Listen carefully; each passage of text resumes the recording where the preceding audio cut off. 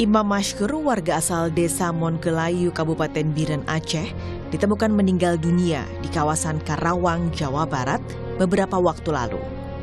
Keluarga menduga korban meninggal akibat diculik dan dianiaya oleh oknum Pas Pampres. Keluarga menjelaskan, pada 12 Agustus lalu sempat beberapa kali menerima telepon dari korban. Korban mengaku ditangkap dan dianiaya oknum TNI. Korban juga meminta keluarga membayar 50 juta rupiah agar ia dibebaskan. Dia suruh kirim duit cepat-cepat, kok sayang ke anak. Saya bilang saya kirim duit, saya usahakan duit, tapi anak saya jangan dipukul lagi. Sebab kami di rumah nggak ada duit, kami orang miskin, jangankan 50 juta, 1000 pun nggak ada duit. Bilang orang itu, kalau nggak ibu kirim duit, sekarang anak ibu saya bunuh, saya buang di sungai. Kasus penganiayaan yang menewaskan warga asal Aceh Imam Mashkur yang terjadi 12 Agustus silam menyeret 3 prajurit TNI. Dari 3 pelaku, 1 diantaranya adalah anggota Pas Pampres, yaitu Praka RM. Melalui Kepala Pusat Penerangan TNI Laksda Julius Widyoyono, Panglima TNI mengatakan prihatin dan akan mengawal kasus ini agar pelaku dihukum berat, maksimal hukuman mati. Minimal hukuman seumur hidup dan pasti akan dipecat dari TNI karena termasuk tindak pidana berat melakukan perencanaan pembunuhan. Saat ini Pomdam Jaya sudah menetapkan anggota Pas Pampres dan 2 anggota TNI lainnya menjadi tersangka dalam kasus penganiayaan yang menewaskan Imam Mashkur. Tim Liputan Kompas TV. Seorang warga Aceh tewas akibat dianiaya yang diduga dilakukan oleh 3 anggota TNI, di mana salah satunya adalah anggota Pas Pampres. Apa yang sebenarnya terjadi dan apa pula yang harus dicermati dari kasus ini? Saat ini kita sudah bersama Ibu Fauziah, ibu dari Imam Mashkur, korban penganiayaan, dan juga bergabung bersama kami pagi hari ini ada Direktur Amnesty International Indonesia, ada Bang Usman Hamid, dan anggota Komisi 1 DPR RI, Pak Bobi Adityo Rizaldi. Selamat pagi Bu Fauziah, selamat pagi Pak Bobi, selamat pagi Mas Usman. Selamat pagi. Terima kasih sudah bergabung bersama kami. Ibu Fauziah, pertama tentu kami aturkan turut berduka bagi keluarga Ibu Fauziah. Sejauh ini kasus ini tampaknya sudah mendapatkan sorotan dari banyak pihak, termasuk dari aparat, dari DPR juga, Bu Fauziah. Kita ingin tahu dulu Bu Fauziah, selama ini dari Ibu sendiri apakah mengetahui aktivitas dari Imam, terutama setelah berada di Jakarta, Bu Fauziah? Tahu. Berjualan ya Bu ya. Sebenarnya yang Ibu ketahui berjualan apa sebenarnya Bu? Kosmetik. Oke. Dan apakah Ibu mengetahui mengenai mungkin siapa interaksi dari Imam, temannya, apakah interaksi juga dengan TNI, pernah berceritakah? Tidak. Biasanya apa Bu yang disampaikan oleh Imam? Apakah ada yang mengkhawatirkan yang disampaikan? Tidak ada. Tidak pernah menceritakan juga apakah ada masalah di Jakarta Ibu? Tidak. Apa yang biasa disampaikan oleh Imam yang diceritakan terakhir paling tidak dalam komunikasi dengan Imam? Cuma kami ngomong-ngomong biasa-biasa, canda-canda, ketawa-ketawa gitu. Nggak ada yang lebih. Pada saat kejadian yang dikontak keluarga Ibu ya? Iya. Apa yang diminta Bu? Sebesar 50 juta. Dan Ibu pada hari itu langsung mengetahui kah mengenai permintaan itu? Tahu sebab waktu kejadian ditangkap anak ibu, dia nelpon sendiri ke kampung. Jadi pada saat kejadian itu Ibu langsung tahu ya, bukan sehari atau 2 hari setelahnya ya? Bukan, di saat kejadian. Oke, apa yang sempat curiga kah atau sempat berpikir mungkin ada kesalahan kah atau apa Ibu?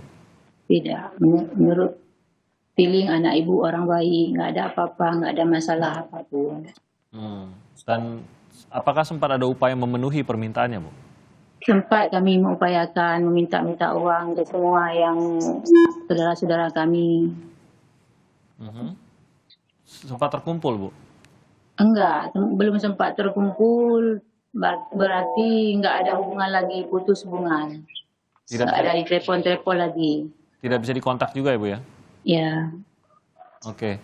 Nah, mengenai usaha yang dijalankan sendiri, itu modal sendiri kah atau bekerja untuk orang lain, Bu? Dari pertama dia jualan sama orang, baru beberapa bulan dia punya sendiri. Itu modal sendiri, Bu ya? Bukan dari keluarga Iya. atau? Pertama pergi dari keluarga. Lalu akhirnya dengan uang sendiri. Ya. Oke, baik. Lalu pada saat mengetahui berita mengenai meninggalnya anak Ibu, itu tahu dari mana, Ibu? Ibu sempat pergi ke Jakarta Hmm. mencari anak ibu yang belum ketemu. Lalu akhirnya? Sampai ibu di Jakarta berapa hari menjelang baru ada informasi anak ibu sudah meninggal. Dari kepolisian atau dari mana, Ibu? Dari polisi. Ibu sedang berada di Jakarta pada saat mengetahui? Ya. Jadi Ibu bisa mengecek langsung pada saat itu? Ke rumah sakit ada ibu datang, tapi ibu nggak sampai hati menengok wajah anak ibu, badan anak ibu nggak sanggup. Jadi lalu baru pulang kembali ya, Bu ya, setelah itu ya? Iya, iya. Baik. Sampai saat ini sudah ditemukan, Bu, pelakunya. Dari keluarga sendiri bagaimana mendengar informasi bahwa pelaku sudah ditemukan, apalagi sudah ada informasi khususnya dari Panglima yang berjanji akan mengawal kasus ini? Ya, kami berharap sama TNI, sama pemerintah supaya diadili yang seadil-adilnya, setimpal apa yang sudah diperbuat kepada keluarga kami, kepada anak kami, sesuai hukum yang seberat-beratnya. Dari keluarga kami nggak ada mohon maaf. Maaf. Kalau dari mungkin teman-teman almarhum, apakah Ibu mengenal juga? Ibu cuma mengenal teman di kampung dia. Di Jakarta enggak ya, Bu ya? Di Jakarta cuma sama abang-abang sepupu dia. Sudah sempat berbicara dengan mereka, Bu? Sama siapa? Dengan abang-abang sepupu yang di Jakarta? Sempat dia yang mengantar jenazah kemari ke kampung. Ada kecurigaan tidak dari mereka? Mungkin ada yang aneh dari hubungan dengan TNI kah atau dengan siapa? Tidak. Tidak diceritakan oleh imam juga ya, Bu ya? Tidak. Oke, baik Ibu. Saya ke Bang Usman. Bang Usman, ini sangat mendapatkan sorotan karena pelaku yang sampai saat ini diduga melakukan ini adalah 3 orang anggota TNI. Dan diperparah lagi dengan adanya salah satunya merupakan Pas Pampres, begitu. Mungkin kita bisa mengatakan bahwa ini memang perbuatan orang terlepas dari pekerjaannya, pangkatnya, dan lain-lain, begitu. Tapi bagaimanapun juga ini mencoreng nama TNI karena dilakukan oleh seorang yang aktif di TNI. Dari Amnesty International sendiri, apa mungkin perhatiannya yang harus kita taruh itu, perhatiannya fokusnya pada apa melihat kasus yang begini sadis, begitu, Mas Usman? Ya, pertama saya ingin sampaikan bela sungkawa untuk Ibu Fauziah dan keluarga. Yang kedua, ada beberapa pokok yang penting untuk diperhatikan dalam kasus ini. Yang pertama, bahwa siapapun, baik itu warga sipil, anggota polisi, anggota TNI, tidak diperbolehkan untuk melakukan perbuatan yang kejam, tidak manusiawi, dan merendahkan martabat manusia. Karena itu melanggar hukum hak asasi manusia. Dan yang kedua, setiap orang harus diperlakukan setara di hadapan hukum dan pemerintahan. Dan karena itu, apakah ia seorang warga sipil, anggota TNI, atau anggota polisi, kalau ia melakukan tindakan-tindakan yang sifatnya melanggar hukum pidana umum, maka ia harus tunduk pada yurisdiksi peradilan umum. Sayangnya, dalam banyak kasus ketika anggota TNI terlibat di dalam pelanggaran hukum pidana umum, ia tidak diajukan ke peradilan umum, melainkan diajukan ke peradilan militer. Ia dijauhkan, dihindari dari jangkauan penegakan hukum. Dan biasanya dalam banyak kasus di pengadilan militer, proses hukum yang berujung di pengadilan pertama misalnya dengan pemberhentian dari kedinasan, belum tentu dilaksanakan. Karena dalam sejumlah kasus misalnya penculikan dan penyiksaan serta pembunuhan aktivis tahun 97-98 dan juga penghilangan paksa, mereka yang terlibat dibawa ke pengadilan militer, divonis bersalah, diberhentikan dari dinas kemiliteran. Belakangan kita tahu tidak pernah diberhentikan, justru mendapatkan promosi kepangkatan, jabatan, sampai di tingkat perwira tinggi, jenderal.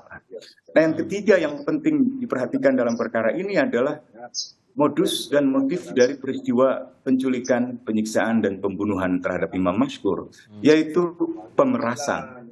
Nah, kita sudah lama mengetahui banyak sekali oknum aparat yang melakukan pemerasan terhadap warga masyarakat. Dan itu bukan hanya sekali dua kali, banyak kasusnya. Dan biasanya itu terjadi dengan berbagai alasan. Pertama, tidak ada penghukuman. Yang kedua, biasanya atasannya juga melakukan pungutan, setoran, atau pemerasan. Dan tidak pernah dihukum, sehingga bawahan pun biasanya atas nama mencari pendapatan tambahan karena kesejahteraan prajurit yang rendah, lalu melakukan tindakan seperti itu. Nah, ini yang harus ditertibkan. Nah, salah satunya dengan memperbaiki undang-undang dan kebijakan yang menjadi tanggung jawab dari Dewan Perwakilan Rakyat, Pak Bobi dan kawan-kawan. Oke, nah itu poinnya saya ke Pak Bobi. Memang motivasi dari pemerasan ini juga menjadi pertanyaan begitu. Mengapa imam atau korban ini yang menjadi sasaran begitu? Apakah sebenarnya ada hal lain di balik pemerasan dengan jumlah yang tadi sudah terungkap lah begitu berapa jumlah yang diminta, tapi mengapa ia yang menjadi sasaran?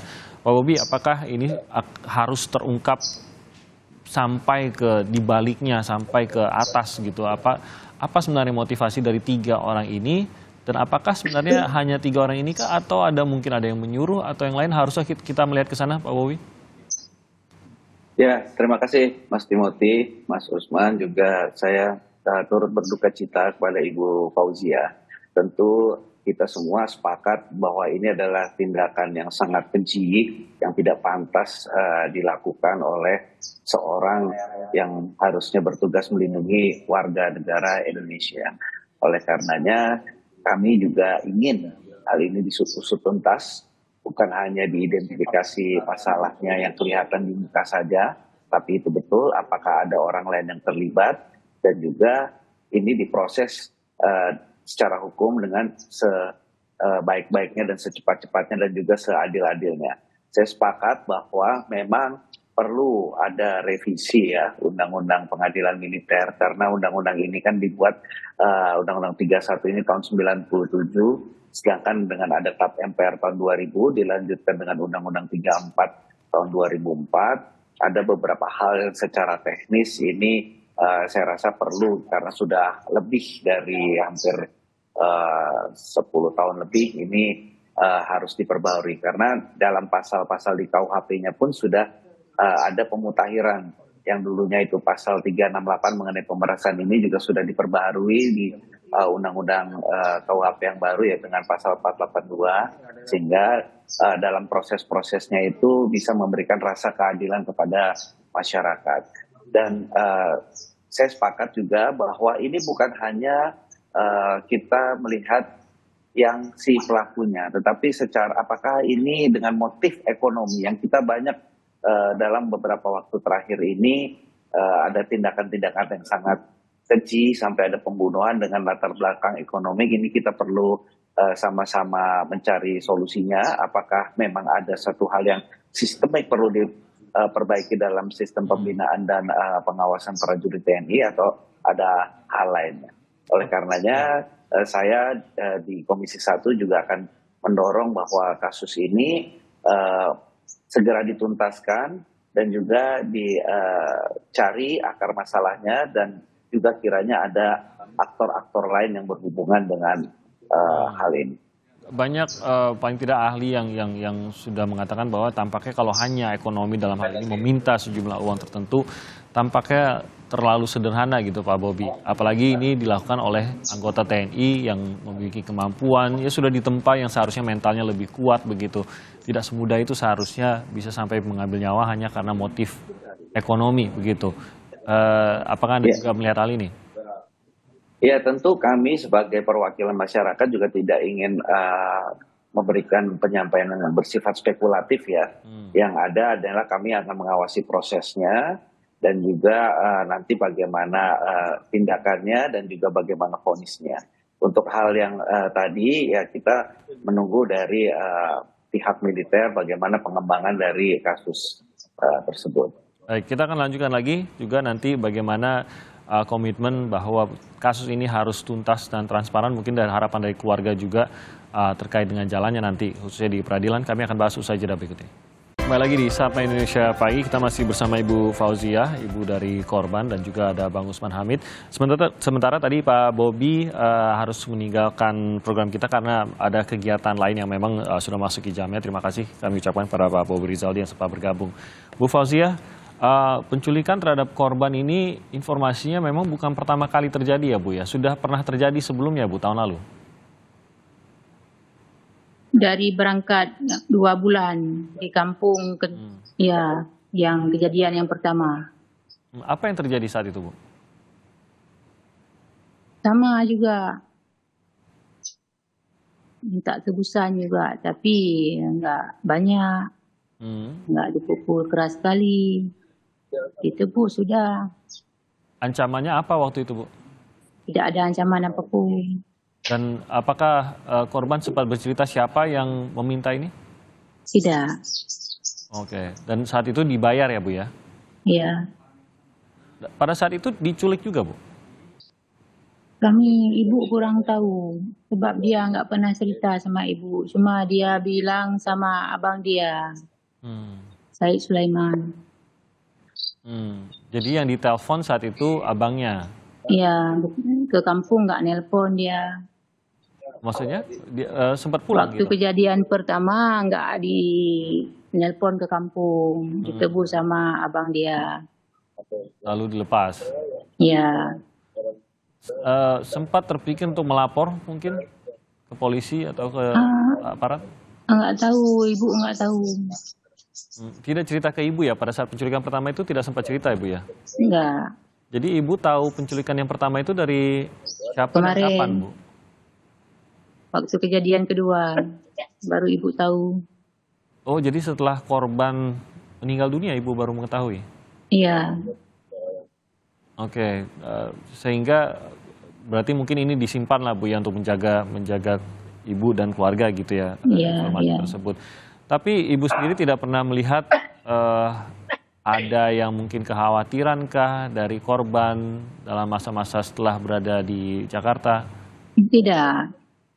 Biasa-biasa aja Pak. Apalagi yang diceritakan oleh abangnya Bu, yang mungkin ibu baru ketahui? Tidak ada cerita apapun. Cuma yang kayak Bapak bilang tadi. Penculikan pertama saja? Iya, iya. Oke. Dan yang kedua ini juga sama ya Bu ya, abangnya juga yang ditelepon? Pertama kami yang tahu dia dirampok, diculik, telepon ke adik dia. Minta tebusan 50 juta, bilang abang udah ditangkap, udah dipukul keras, nggak tahan lagi, cepat-cepat kirim duit. Habis itu kirim video.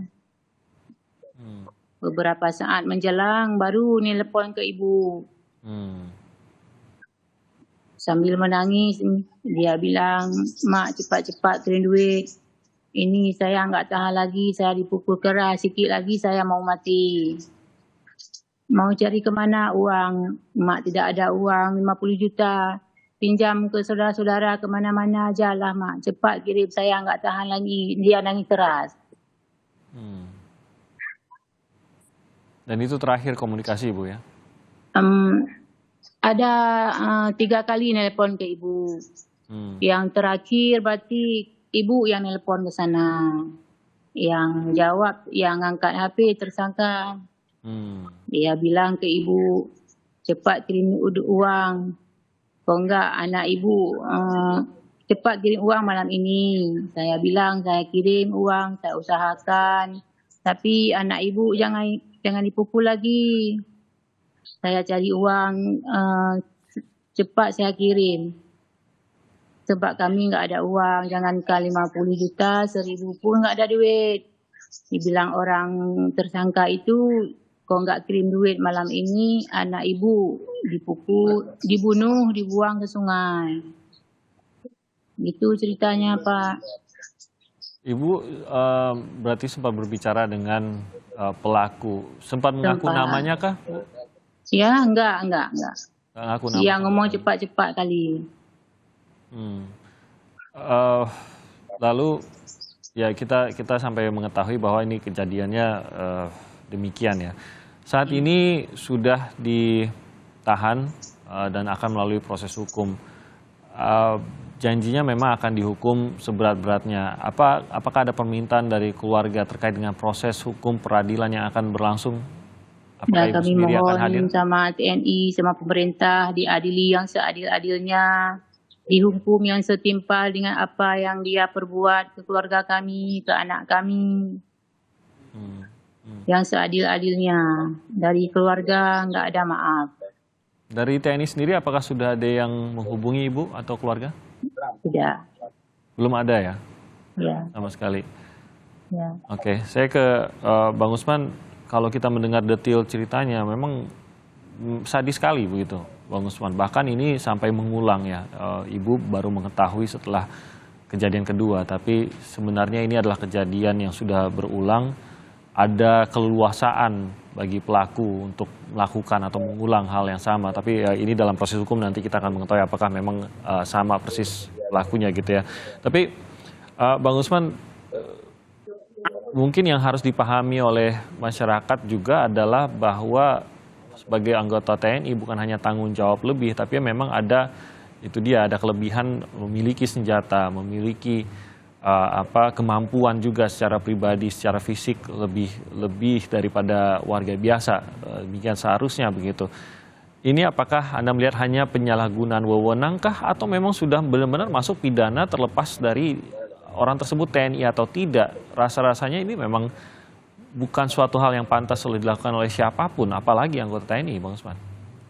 Ya, betul sekali. Bukan hal yang pantas dilakukan oleh siapapun, atas nama apapun, dengan dalih apapun. Bagaimanapun penculikan, penyiksaan, atau perlakuan tidak manusiawi yang kejam sampai membunuh dengan cara-cara seperti itu tidak dapat dibenarkan. Dan ini memang terus terjadi karena selama ini tidak ada penghukuman yang adil. Amnesty dan Koalisi Masyarakat Sipil untuk Sektor Keamanan, Reformasi Sektor Keamanan itu berkali-kali menyuarakan berbagai kasus yang terjadi dan meminta agar misalnya Dewan Perwakilan Rakyat dan pemerintah merevisi Undang-Undang Peradilan Militer. Karena tanpa ada pembenahan sistem penghukuman di dalam ranah peradilan militer ke peradilan umum, tidak akan ada perasaan gentar atau jerah untuk melakukan tindakan yang sama. Bang Usman, biar dipahami oleh masyarakat, poin yang mau direvisi itu apa? Mengapa sampai itu harus direvisi menurut Anda? Jadi tindakan penyiksaan, penculikan, pembunuhan adalah tindak pidana umum, bukan tindak pidana pelanggaran hukum militer. Kalau pelanggaran hukum militer itu membocorkan rahasia negara, melawan perintah atasan, atau membuat kerusakan di tangki militer, kompleks militer, asrama militer, atau misalnya di sebuah pangkalan militer. Nah, hal-hal seperti itu berbeda. Ini peristiwa terjadi dalam bentuk tindak pidana umum, pembunuhan, penculikan, penyiksaan, terjadi di Rempoa, di wilayah lingkungan masyarakat yang biasa, lalu di Karawang, di sebuah sungai. Itu lingkungan umum, dan itu harus tunduk pada jurisdiksi peradilan umum. Dalam hal ini, kepolisian punya wewenang dan punya tanggung jawab untuk memastikan kasus seperti ini tidak terjadi. Dan kalau terjadi, maka menjadi kewajiban mereka untuk mengurusnya. Kalau tidak, untuk apa kita punya kepolisian? Kan Imam Mashkur tidak tinggal di tangki militer. Dia tidak tinggal di dalam pangkalan militer. Dia tinggal di masyarakat umum yang kewajiban perlindungan kepadanya ada pada kepolisian. Oke. Dalam 3 Jadi ini tahun seharusnya ditangani oleh kepolisian proses hukum ke depannya, seharusnya begitu menurut Anda? betul sekali. Dan ini kasus yang mungkin ke-105 dari perlakuan kejam tidak manusiawi yang mengorbankan setidaknya 171 orang dari 2020 sampai 2023. Dan ada yang melibatkan anggota TNI, ada yang melibatkan anggota Polri, ada juga yang melibatkan petugas negara lainnya misalnya di lembaga pemasyarakatan. Nah, keluhan seperti ini bisa terjadi dan tidak pernah berhenti karena tidak ada penghukuman yang adil terhadap mereka yang pernah melakukan tindakan serupa di masa lalu. Jadi tidak ada gentar dan tidak ada efek jerah. Oke, nah realistisnya Bang Usman, proses peradilan yang akan sesuai dengan undang-undang yang menurut Anda akan dilakukan, walaupun tadi Anda menggambarkan seharusnya polisi mengambilnya dan melalui hukum pidana umum, tapi realistisnya seperti apa yang akan dilihat oleh Ibu Fauzia dan keluarga? Pertama, sebenarnya Presiden, Jaksa Agung itu punya wewenang lebih untuk menentukan jurisdiksi peradilan mana yang misalnya harus diterapkan dalam perkara ini. Dan memastikan hakim-hakimnya nanti punya integritas sehingga bisa memberikan proses pembuktian dan hukuman yang adil. Lalu dalam jangka panjang, DPR dan pemerintah perlu membentuk semua tim kerja, bahkan di DPR sendiri perlu membentuk panitia khusus antara Komisi 1 dan Komisi 3 untuk revisi Undang-Undang Nomor 31 tahun 97 tentang peradilan militer. Jadi tidak ada lagi orang atau siapapun yang hanya karena dia anggota TNI, anggota Polri atau aparatus pemerintah merasa kebal hukum, merasa di atas hukum untuk melakukan tindakan yang tidak manusiawi. Ya, karena sesungguhnya tidak ada yang di atas hukum. Itu sebenarnya seharusnya begitu. Bang Usman, terima kasih banyak atas waktunya. Ibu Fauzia, sekali lagi kami mengucapkan turut belasungkawa. Semoga bisa mendapatkan keadilan atas tewasnya anak Ibu. Dan semoga proses hukumnya benar-benar komitmen transparan dan seadil-adilnya ini benar-benar dipegang oleh aparat hukum yang akan menangin dan juga ikut termasuk peradilan. Bu Fauzia, terima kasih banyak atas waktunya pagi hari ini. Bang Usman, terima kasih atas waktunya dan juga tadi ada Pak Bobi Rizaldi yang juga bergabung bersama kami. Kami akan kembali lagi dalam kesempatan lain. Selamat pagi.